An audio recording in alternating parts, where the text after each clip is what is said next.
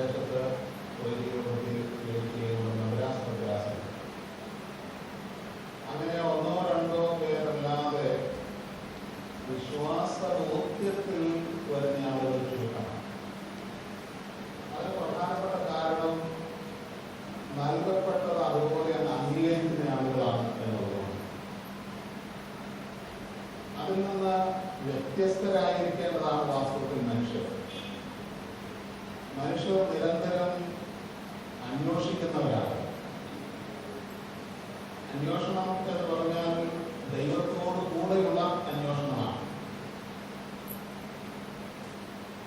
അത് വ്യക്തിത്വ സ്വന്തമായി അന്വേഷിക്കാൻ തുടങ്ങി എന്നുള്ളതാണ് ആദമനും ഹവ്വയും മനസ്സിലായത്. അതിന് ഉപദേശകർ തീർച്ചയായിട്ടും ഉണ്ടായിരുന്നു. ദൈവത്തോട് കൂടെയുള്ള അന്വേഷണത്തിലാണ് മൃഗങ്ങൾക്കൊക്കെ പേര് കിട്ടിയതായിട്ട് പഴയ നിയമത്തിൽ നാം വായിക്കുന്നത്. ദൈവം സൃഷ്ടിച്ച സകല മൃഗജാലങ്ങളെയും മനുഷ്യന്റെ അടുത്ത് കൊണ്ടുവന്നിട്ട് അവയ്ക്ക് പേരിടാൻ മനുഷ്യനോട് പറയുന്നു. അങ്ങനെ ഇത്രയെല്ലാം അവയ്ക്ക് പേരായി രേഖപ്പെടുത്തിയിട്ടുണ്ട്. അത് ദൈവത്തോട് കൂടെ ചെയ്തൊരു കാര്യമാണ്. അതൊരു ദോഷമായില്ല. എന്നാൽ ദൈവത്തെ കൂടാതെ ചെയ്ത ഒരു അന്വേഷണം അപകടമായതും ഇന്നും ആ അപകടത്തിന്റെ ഫലം മനുഷ്യർ അനുഭവിക്കുന്നത് നമുക്കറിയാം. അന്വേഷണം ദൈവത്തോടു കൂടെയാണ്. ആ അന്വേഷണം എല്ലാവർക്കും പക്ഷേ നിർവഹിക്കാൻ സാധിക്കാറില്ല. അങ്ങനെ സാധിക്കാത്ത ഒരു കാര്യം സാധിച്ച ഒരു വ്യക്തി എന്നുള്ള നിലയിൽ ഇവാനിയോസ് തിരുമേനി പ്രത്യേക വ്യക്തിത്വമാണ്. അദ്ദേഹത്തിന്റെ ജീവിതത്തിൽ ആ അന്വേഷണത്തിന്റെ ഫലമായി കണ്ടെത്തിയതിനെ അംഗീകരിക്കാനും തയ്യാറായി. ഞാൻ കുറെ കാലം മുമ്പ് ഇവാഞ്ചലിക്കൽ സഭയിലെ ഒരു പ്രമുഖ വ്യക്തിയുമായിട്ട് മരണാനന്തര ജീവിതത്തെ കുറിച്ച് സംസാരിച്ച് അദ്ദേഹം പറഞ്ഞ തിരുമേനി എനിക്ക് ബോധ്യമായി. തിരുമേനി പറഞ്ഞു, പക്ഷെ ഞങ്ങൾ ഇങ്ങനെയാണ്. അത് ഒരു നിഷേധ സമീപനമാണ്. ബോധ്യപ്പെടുന്നത് വിനയപൂർവ്വം അംഗീകരിക്കുക എന്നുള്ളത് ശ്രേഷ്ഠതയുടെ ലക്ഷ്യമാണ്. ചിലപ്പോൾ ഞാൻ പറയുന്നത് തെറ്റായിരിക്കാം. തെറ്റാണ് എന്ന് ബോധ്യപ്പെട്ടാൽ ആ തെറ്റിനെ അംഗീകരിക്കുക. ഞാൻ പോകുന്ന വഴി ശരിയല്ലാതിരിക്കാം. അത് ശരിയല്ല എന്ന് പറഞ്ഞ് പക്ഷെ അതിൽ തന്നെ തുടരുകയല്ല, തിരുത്താൻ തയ്യാറാവുകയാണ്. അത് ഇവാനിയോസ് തിരുമേനിയിൽ കണ്ട ഒരു പ്രത്യേകതയാണ്. താൻ ജനിച്ചു വളർന്ന സമൂഹം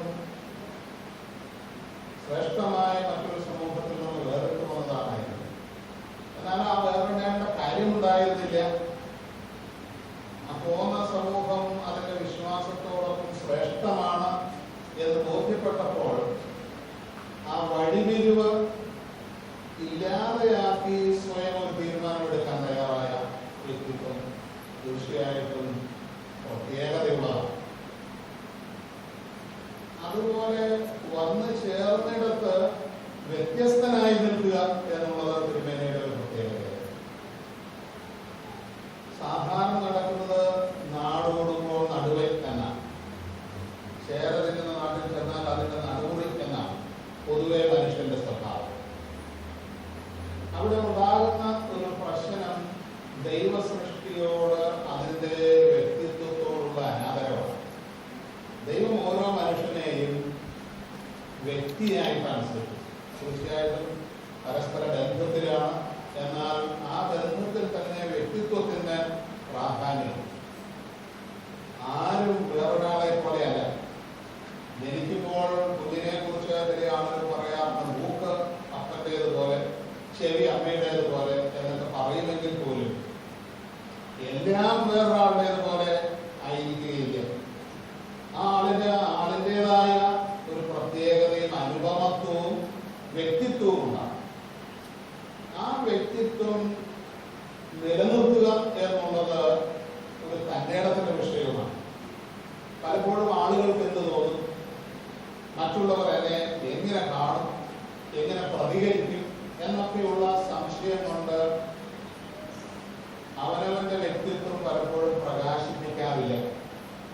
അവർക്ക് ഭൂരിപക്ഷം പേർക്കും അങ്ങനെ പ്രകാശിപ്പിക്കാതിരിക്കുകയാണ് താല്പര്യവും. നമ്മുടെ കുഞ്ഞുങ്ങളെ താരതമ്യം ചെയ്യുന്നത് അയൽ വീട്ടിലെ കുഞ്ഞുങ്ങളുമായിട്ടാണ്. നിനക്ക് അയൽ വീട്ടിലെ ആലീസിനെ പോലെ ആയാൽ എന്താണ് കുഴപ്പം എന്ന് വീട്ടിലെ പിള്ളേരോട് മാതാപിതാക്കളുടെ ഇടയ്ക്ക് ചോദിക്കുന്ന ഒരു കാര്യമാണ്. അവരെ പോലെ കൃത്യമായ മാർക്ക് മേടിച്ചുകൊണ്ട് വന്നില്ല എങ്കിൽ ദേഷ്യപ്പെടുന്ന ആളുകളും ഉണ്ടാകും. അവരെ പോലെ ആയിത്തീരണമെന്ന് നിർബന്ധവും ഉണ്ടാകും. അങ്ങനെയാണ് നമ്മൾ ഈ തോൽക്കാൻ വേണ്ടി പിള്ളേരെ എഞ്ചിനീയറിംഗ് കോളേജിലും മെഡിക്കൽ കോളേജിലൊക്കെ വരുന്നത്. ജയിക്കാൻ പോകുന്നവരല്ല ഭൂരിപക്ഷം പേര്. എഞ്ചിനീയറിംഗ് കോളേജിൽ 60% തോൽവിയെന്നാണ് എന്റെ കേൾവി. ഞാൻ പറയുന്നത് മാത്രമല്ല, നാട്ടുകാർ പറയുന്നത്. കാരണം ഈ ഒരു ധാരണയാണ്, ആ കൊച്ചിനെ പോലെ തന്നെ എന്റെ കൊച്ചു മാറണം. അങ്ങനെ ആയില്ല തിരുമേനി. തിരുമേനി അദ്ദേഹത്തിന് ലഭിച്ച ദൈവിക നൽവരം ആ ശുദ്ധതയിൽ വിനിയോഗിക്കാൻ ശ്രമിക്കുകയാണ്. അതുകൊണ്ട് നമ്മൾ ചില ആളുകൾക്ക് അദ്ദേഹത്തോട് ചില കാര്യങ്ങളിൽ അഭിപ്രായ വ്യത്യാസം ഉണ്ടായിരുന്നു. ഈ പെരുന്നാളുകൾക്ക് അദ്ദേഹം പ്രത്യേക ശൈലികൾ നിർദ്ദേശിച്ചു. ആ ശൈലികളിൽ നമ്മൾ പല ആളുകൾക്കും ഇഷ്ടപ്പെട്ടില്ല. അത് പരിശുദ്ധനോടുള്ള ആദരവിനേക്കാൾ കൂടുതൽ അന്ന് ഇത്തിരി അടിച്ചു പൊളിക്കാമല്ലോ എന്നുള്ള താല്പര്യമാണ്. ആ വാക്ക് തന്നെ കശക. അടിച്ചു പൊളിക്കുക എന്ന് പറഞ്ഞാൽ നശിപ്പിക്കുക എന്നാണ്.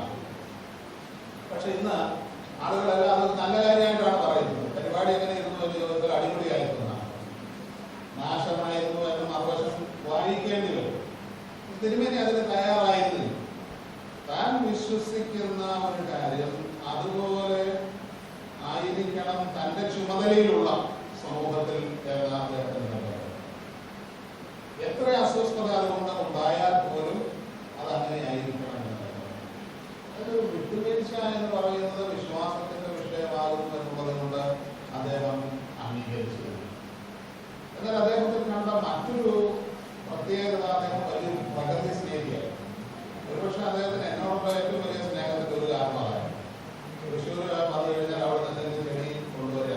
കാരണം തൃശ്ശൂരാണ് സാധാരണ ധാരാളം ചെടികളൊക്കെ വളർത്തുകയും പരിപാലിക്കുകയും ചെയ്യും. ഞാൻ താമസിക്കുന്നിടത്തും ധാരാളം. അത് അദ്ദേഹത്തിന് വളരെ ഇഷ്ടമായി. പ്രകൃതിയോടുള്ള സ്നേഹം.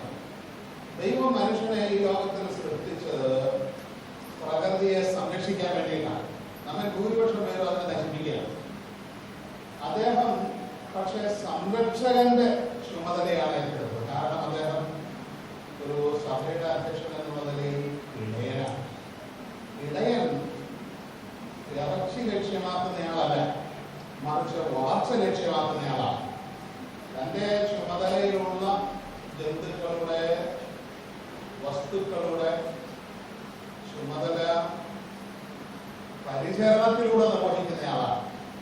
അത് തന്നെയാണ് അദ്ദേഹം പ്രകൃതിയോട് കാണിച്ച സമീപനം. അദ്ദേഹത്തിന്റെ കൂടെ സെമിനാരിയൻസ് ആയിട്ട് നിന്ന ഒരാളിപ്പോൾ എന്റെ പതിരാത്രത്തിൽ വൈദികനായിട്ടുണ്ട്. ആദ്യം കൊടുക്കുന്ന ചാണാൻ വെക്കാനുള്ള ചുമതലയാണ്. പശുവിനെ നോക്കുക. കർത്താവ് മത്സ്യം പിടിക്കുന്ന ആളുകളെയാണ് മനുഷ്യരെ പിടിക്കാനാണ്. ഓടിച്ച് ആരെയും അറിയാതെ ജീവിക്കുന്ന ആളുകളെ കൊണ്ട് വൈദിക വൃത്തിക്ക് വലിയ പ്രയോജനം ഉണ്ടാവില്ല. അതിനെ ഓടിച്ചോണ്ടാൻ പോകും.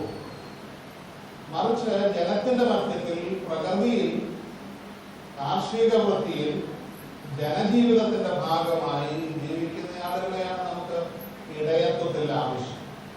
അത് പൂർണ്ണമായി വിശ്വസിച്ചിരുന്ന ഒരാളാണ് തിരുമേനി. അദ്ദേഹത്തിന്റെ ജീവിതം തന്നെ അതിന് ഉത്തമ മാതൃകയായി. വീണ്ടും അദ്ദേഹത്തിൽ കാണുന്ന പ്രത്യേകത സർവ ചികിത്സയ്ക്കും ഉപരിയായി ദൈവികമായ ഒരു ആശ്വാസവും രോഗശാന്തിയും ഉണ്ട് എന്ന് 100% ആത്മാർത്ഥമായി വിശ്വസിക്കുകയും ആ വിശ്വാസം തന്റെ അസുഖത്തിന്റെ ശാന്തിക്ക് പ്രയോജനപ്പെടുത്തുകയും ചെയ്യുകയാണ്. പലപ്പോഴും ആളുകൾ അത് പൂർണ്ണമായി അംഗീകരിച്ചു എന്ന് വരില്ല. അദ്ദേഹം അതിന്റെ മറുവശത്ത് പ്രാർത്ഥന മാത്രം മതി എന്ന് വിശ്വസിച്ച ഒരാളല്ല. അങ്ങനെ വിശ്വസിക്കുന്ന ആളുകൾ ധാരാളമുണ്ട് നമ്മുടെ മധ്യത്തിൽ. എന്നാൽ പ്രാർത്ഥനാപൂർണമായി ദൈവം നൽകുന്ന കഴിവുകൾ ഉപയോഗിക്കുന്ന ഭിഷഗ്വരന്മാരുടെ ശുപാർശയും ഉപദേശവും കൂടെ ഉൾക്കൊള്ളണം എന്ന് കരുതുകയും ആ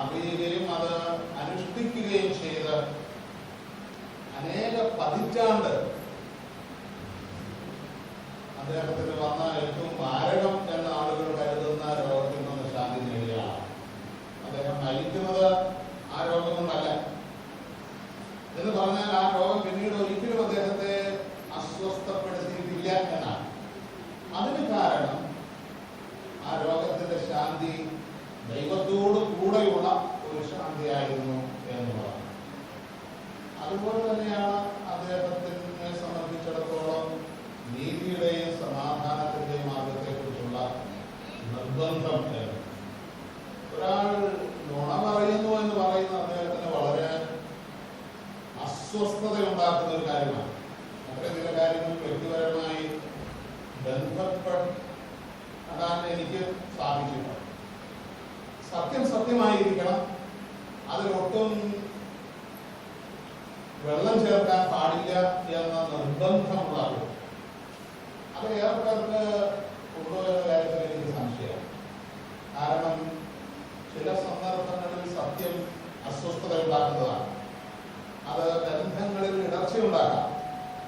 അത് തന്റെ ജീവിതത്തെ തന്നെ ദോഷമായി ബാധിക്കാവുന്നതാണ്.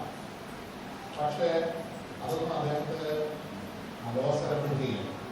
മറിച്ച് എന്തെല്ലാം പ്രതിസന്ധിയും പ്രയാസങ്ങളും ഉണ്ടെങ്കിൽ പോലും സത്യത്തെ സത്യമായി തന്നെ അംഗീകരിച്ച് അവലംബിച്ച് മതിയാവും എന്നത് അത് ക്രൈസ്തവത്വത്തിന്റെ ഒരു പ്രത്യേകതയൂടെയാണ് അദ്ദേഹം.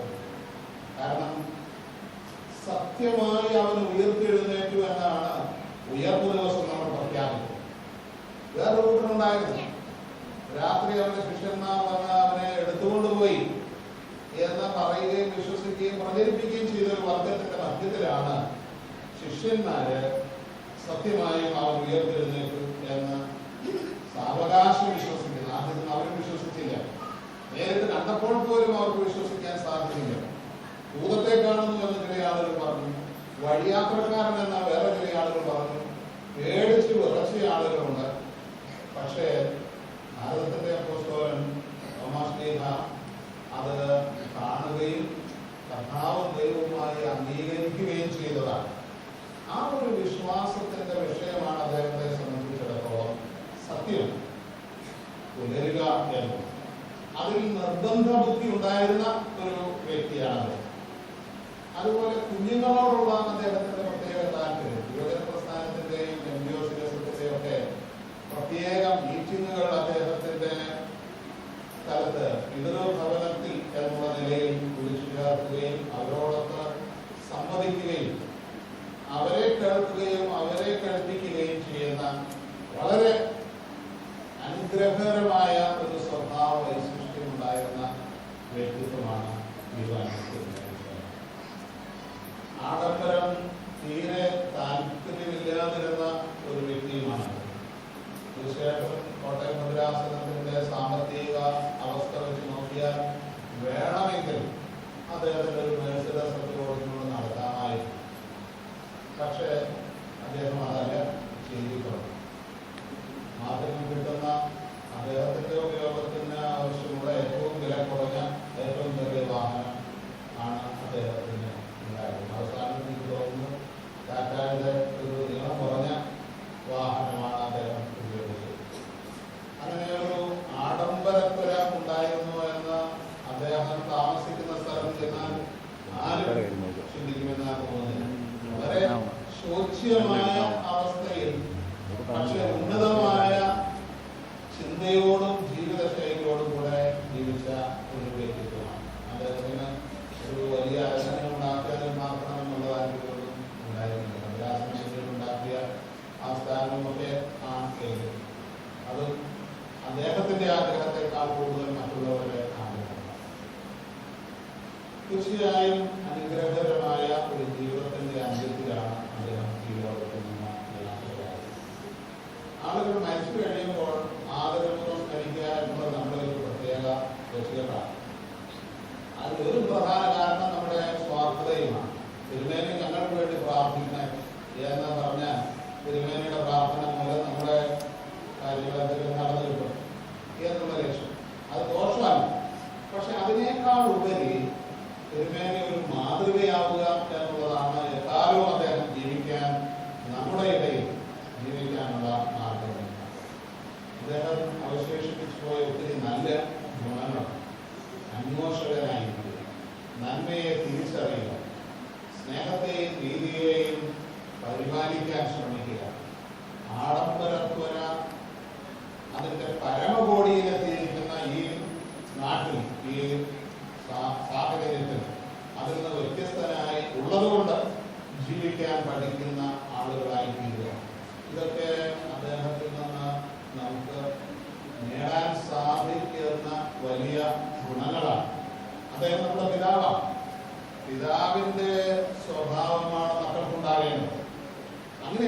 എങ്കിൽ അദ്ദേഹത്തിൽ കാണാൻ നമുക്ക് സാധിച്ചിട്ടുള്ള നല്ല ഗുണങ്ങളെ പരിപോഷിപ്പിക്കാൻ നമ്മിൽ അവ സജീവമാക്കിക്കൊണ്ട് അദ്ദേഹത്തെ എന്നും ജീവിക്കുന്നവനാക്കി തീർക്കാൻ നമുക്ക് സാധിക്കേണ്ടതാണ്. തീർച്ചയായിട്ടും ദൈവസന്നിധിയിൽ അദ്ദേഹം എന്നും ജീവിക്കുന്നവനാണ്.